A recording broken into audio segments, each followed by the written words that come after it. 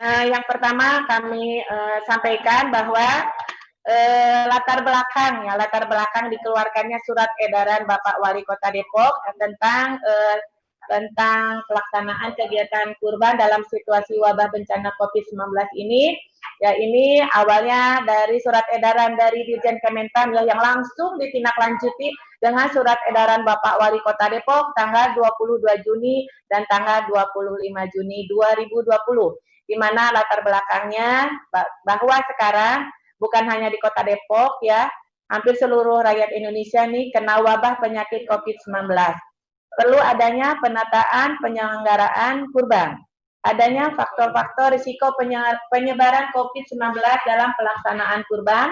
Terus perlunya penerapan protokol kesehatan COVID untuk mitigasi risiko penularan dalam pelaksanaan kurban. Kita melihat dulu hasil daripada pengawasan hewan kurban di Kota Depok pada tahun 2019. Ini menjadi penting untuk melihat gambaran bagaimana per kecamatan ya, banyaknya lapak, banyaknya tempat pemotongan hewan kurban beserta jumlah hewan kurban yang pada tahun 2019 mendapatkan pengawasan dari kami. Yang pertama, jumlah hewan kurban di lapak yang terperiksa oleh tim kami ya, 401 lokasi dengan jumlah 30.268 hewan yang terperiksa dengan jumlah kambing yang paling banyak, yang kedua sapi. Selanjutnya pada tahapan kedua yaitu pemeriksaan antemortem. Pemeriksaan antemortem yaitu jumlah hewan yang terperiksa sebelum pemotongan dilakukan, biasanya 24 jam sebelum pemotongan itu dilakukan dan sudah pada posisi di tempat pemotongan. Tim kami menyebar untuk melaksanakan antemortem ini. Jumlah yang terperiksa 479 lokasi dengan jumlah 15.513 hewan ya yang terperiksa. Terus selanjutnya tahap ketiga yaitu postmortem. Postmortem adalah jumlah hewan yang kita periksa di tempat pemotongan setelah dipotong hewan tersebut dan organ jeroannya sudah dikeluarkan. Ya, kita periksa yaitu 368 lokasi dengan jumlah hewannya 9.899. Dengan keterbatasannya sekarang petugas kami tidak ada bantuan dari mahasiswa IPB, jadi mohon izin kepada para camat dan lurah untuk melaporkan, dan masyarakat juga silakan melaporkan ke Pak Lurah yang ingin dilakukan pemeriksaan antemortem dan postmortem dengan pertimbangan ya bahwa dalam lokasi tersebut banyak hewan yang akan dilakukan pemotongannya sehingga kami bisa melakukan pemeriksaan hewan lebih banyak. Ya, apalagi di tempat lapak nih, kalau kita sudah periksa, ya insya Allah menjadikan kepercayaan daripada masyarakat untuk membeli hewan tersebut di tempat penjualan. Baik, faktor-faktor yang risiko penularan COVID-19 ya, interaksi antar orang dengan jarak yang dekat dan lamanya waktu interaksi pada saat kegiatan kurban. Terus perpindahan orang antar provinsi, kabupaten kota pada saat kegiatan kurban. Status kewilayahan dengan tingkat kejadian yang tinggi dan penyebaran yang luas di suatu wilayah akan meningkatkan risiko penularan. Cara penularan melalui droplet pada saat batuk, bersin, atau penularan tidak langsung melalui kontaminasi permukaan benda. Faktor atau penyakit penyerta pada usia tua, penularan pada pengguna transportasi publik, rumah, dan komunitas. Ini merupakan resiko yang penularan pada saat pelaksanaan hewan kurban. Kami sampaikan selanjutnya ruang lingkup. Ruang lingkup yang ada di surat edaran wali kota ya pada tanggal 22 Juni 2020 dan 25 Juni itu kami sampaikan di sini adalah pengaturan tata cara berjualan hewan kurban nih bagi para penjual hewan kurban yang hadir di sini ya. Nanti kita lihat bagaimana pengaturan tata cara berjualan hewan kurban. Terus pengaturan tata cara pemotongan hewan kurban, penanganan dan distribusi daging. Ini bagi panitia kurban nih. Biasanya banyaknya di Kota Depok itu DKM ya kebanyakan. Nanti kita lihat. Terus nomor 3-nya adalah perizinan tempat berjualan hewan kurban seperti apa ya. Nanti kita sampaikan ya. Terus nomor 4 adalah perizinan tempat pemotongan hewan kurban ya. Nanti kita sampaikan pada saat terjadinya wabah COVID-19. Mungkin kalau tidak ada wabah COVID-19 ya masih seperti biasa dari tahun ke tahun, tapi sekarang ada hal yang istimewa yang harus kita perhatikan. Selanjutnya, tempat penjualan hewan kurban. Kita lihat di tempat penjualan hewan kurban, izin dikeluarkan oleh camat berdasarkan rekomendasi lurah setempat, diperkuat oleh pernyataan pertanggungjawaban penuh dari pemilik atau penanggung jawab lapak berkaitan dengan 1. Protokol kesehatan COVID-19, kesehatan dan kesejahteraan hewannya, higienis sanitasi di lapak dan lingkungan sekitarnya, ditandatangani di atas materai oleh pemilik atau penanggung jawab lapak. Terus lurah melakukan pemetaan wilayah dalam upaya melokalisir lapak. Ini juga sangat membantu bagi penjual hewan kurban. Jadi harus berkoordinasi dulu dengan berjualan hewan kurban. Terus izin berlaku mulai 68 Juni sampai dengan 8 Agustus 2020. Kecuali zona PSKS. Nih, zona PSKS itu ditetapkan ya jika ada pasien terkonfirmasi COVID-19 2 orang dalam suatu wilayah, yaitu skala kampung siaga.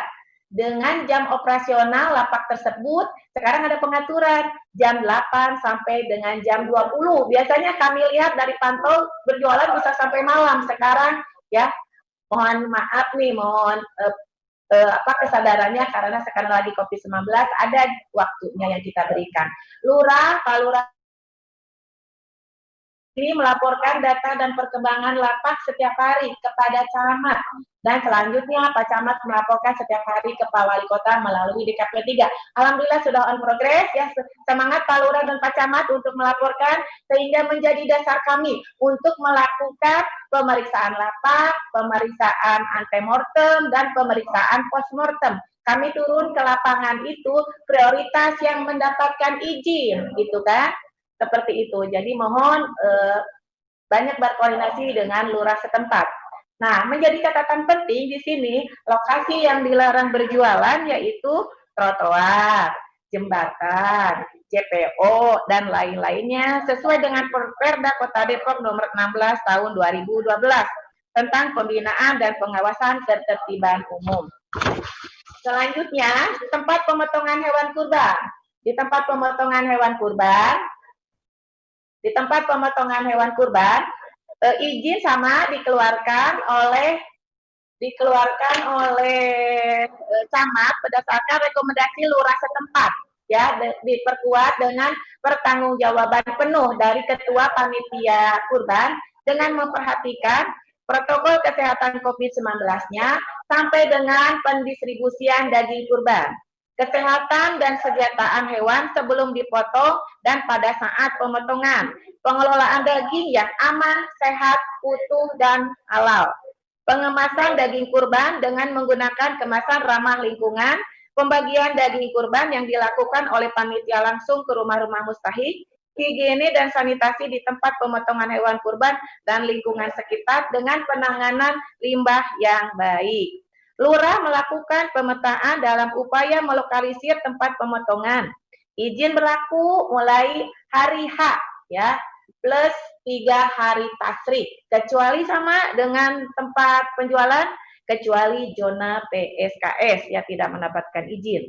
Lurah melaporkan data dan perkembangan tempat pemotongan setiap hari kepada camat, dan selanjutnya camat melaporkan setiap hari ke Pak Wali Kota melalui DKP 3. Dengan adanya izin ini, semangatnya ada jika ada warga yang terkonfirmasi positif untuk segera dirawat di rumah sakit, sehingga ya RW tersebut, TKM tersebut ya bisa melakukan tempat pemotongan hewan kurban. Menjadi catatan di sini, dilarang membuang limbah cair dan padat ke saluran pembuangan umum. Ya, tahun kemarin masih ada nih laporan-laporan ya, terutama limbah padatnya nih kelihatan. Kalau limbah cair kan mengalir, tapi meskipun itu masih mengganggu. Limbah padat apalagi tersisa sampai bau menyengat dan banyak komplain dari masyarakat. Mohon maaf ya, ini menjadi patokan, ini kaitan pembuangan limbah itu bagian daripada pertanggungjawaban dari ketua panitia. Selanjutnya kita lihat lapak tempat penjualan hewan kurban. Aspek-aspek apa saja yang perlu diperhatikan ya dengan adanya COVID-19 ini, yaitu aspek kesehatan manusia. Yang nomor pertama itu harus kita lihat aspek kesehatan manusianya. Penjualan mengoptimalkan pemanfaatan teknologi daring atau kerjasama dengan panitia pemotongan hewan kurban. Alhamdulillah sudah kami lihat banyak ya secara online. Terus menerapkan protokol kesehatan COVID-19-nya, memakai masker dan jaga jarak minimal 1,5 meter. Tersedia sabun dan air mengalir tempat cuci tangan atau hand sanitizer. Tersedia termogan untuk mengukur suhu screening. Penjual dan pembeli dalam keadaan sehat. Bagi penjual dari luar kota Depok harus disertakan dengan surat keterangan sehat. Mohon izin nih, lalu lintas manusia merupakan hal penting, bukan hanya lalu lintas hewan saja dalam penyelenggaraan kurban, karena ada COVID-19 ini.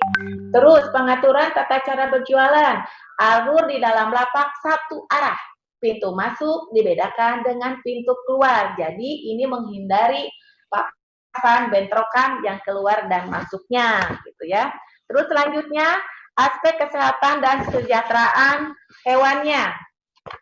Kita lihat di tempat lapak penjualan hewan kurban, ya. Nanti ini akan lebih jelasnya diperjelas nanti oleh Dr. Denny dan Dr. Pratiknon ya tentang aspek-aspek kesehatan dan kesejahteraan hewannya. Kami hanya menyampaikan sepintas saja, tetapi khususnya bagi hewan ya yang didatangkan dari luar kota Depok ya harus ada surat kesehatan hewan dari daerah asal nih kepada para penjual ya hewan kurban. Ini menjadi masukan nih Bapak Ibu semuanya. Syaratnya ya Pak, kalau ada yang penjual nih dari luar kota Depok, ini persyaratannya ditandatangani oleh dokter hewan dari dinas tersebut dan diketahui oleh kepala dinasnya. Terus hewan terlindungi dari rasa panas ya, matahari, hujan, rasa haus, lapar ya, bebas bergerak, berekspresi, dari stres sama seperti manusia. Hewan juga ya butuh seperti itu. Kalau disingkatnya kestrawan ya.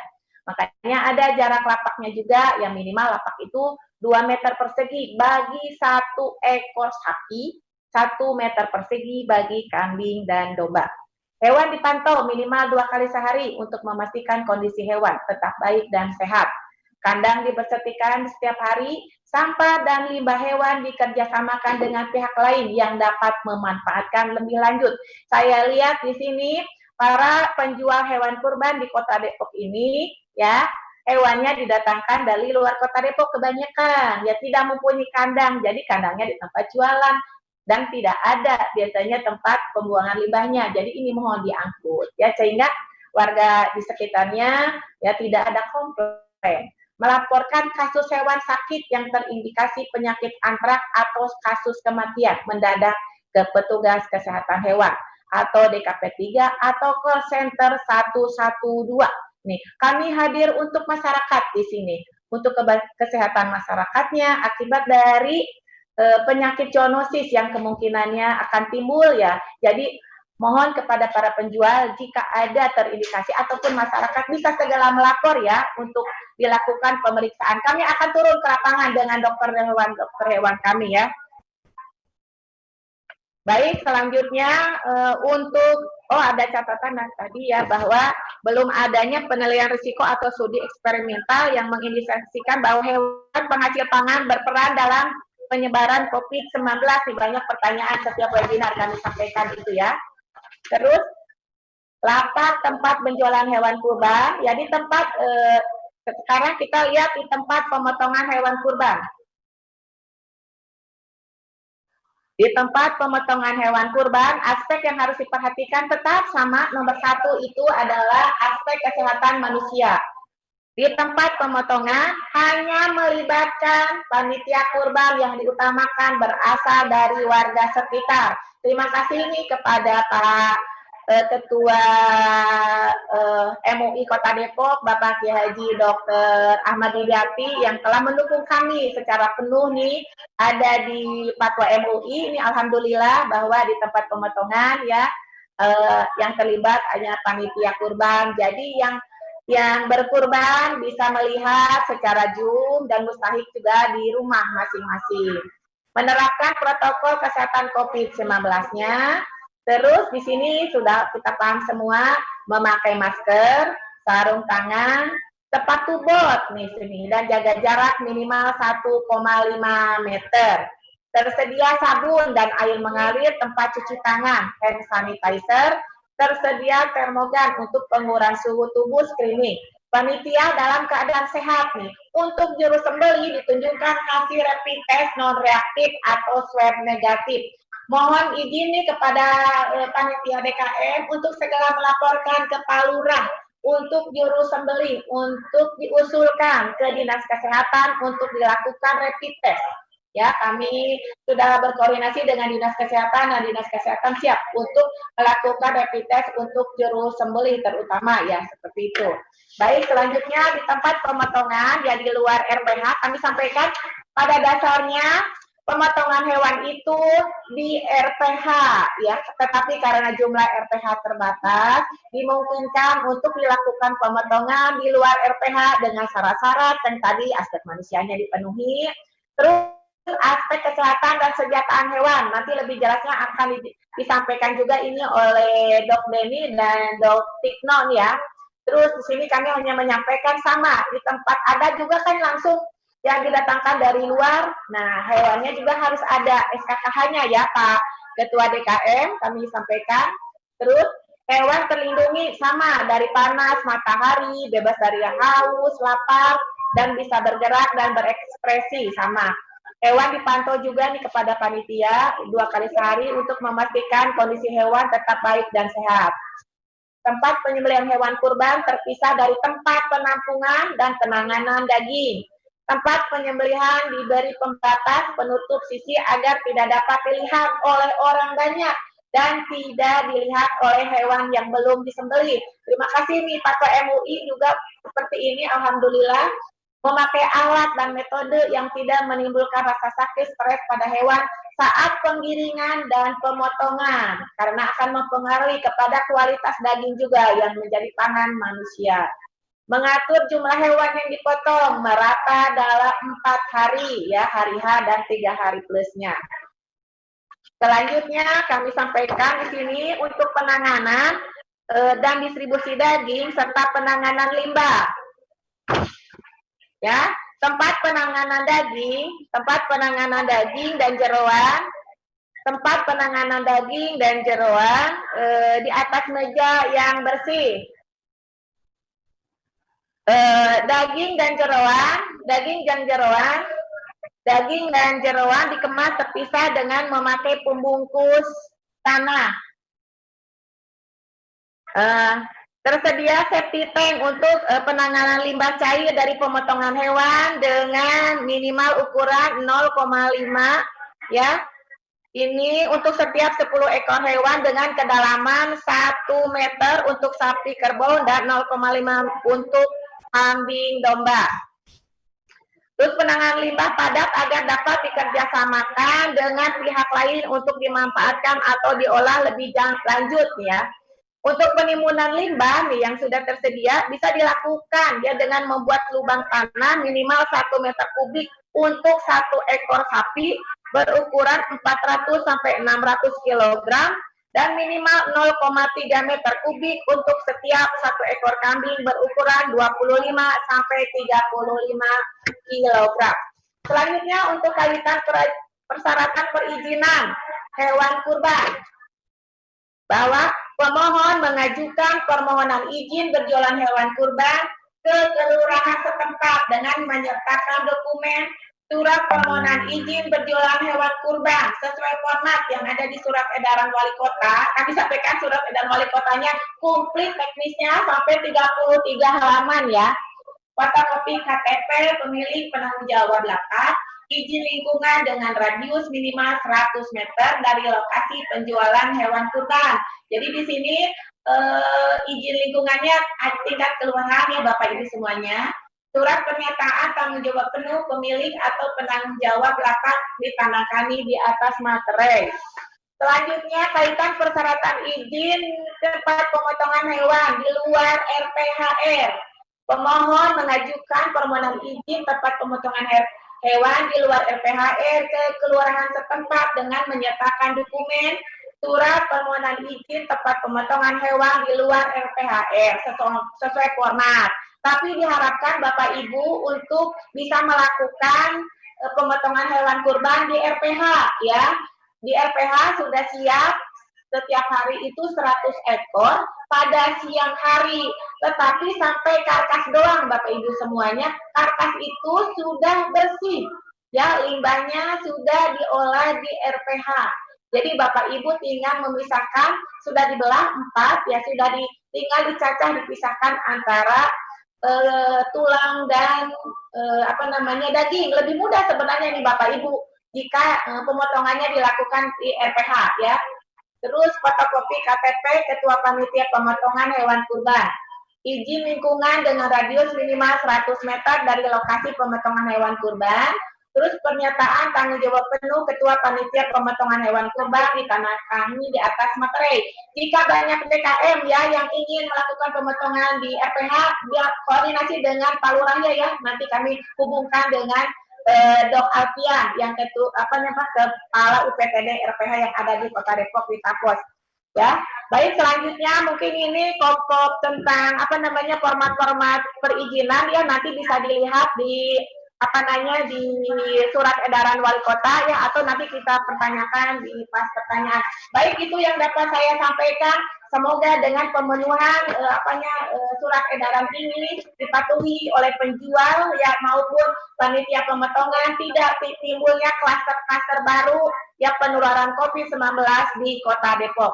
Ya, kami apresiasi banget. Terima kasih kepada Pak Wali Kota dan tim yang telah mendukung, ya terutama sama camat dan lurah mendukung pelaksanaan kurban pada tahun ini. Demikian, terima kasih. Mohon maaf jika ada kekurangan. Billahi taufiq wal hidayah. Wassalamualaikum warahmatullahi wabarakatuh. Kami kembalikan kepada moderator Dr. Hewan Dede.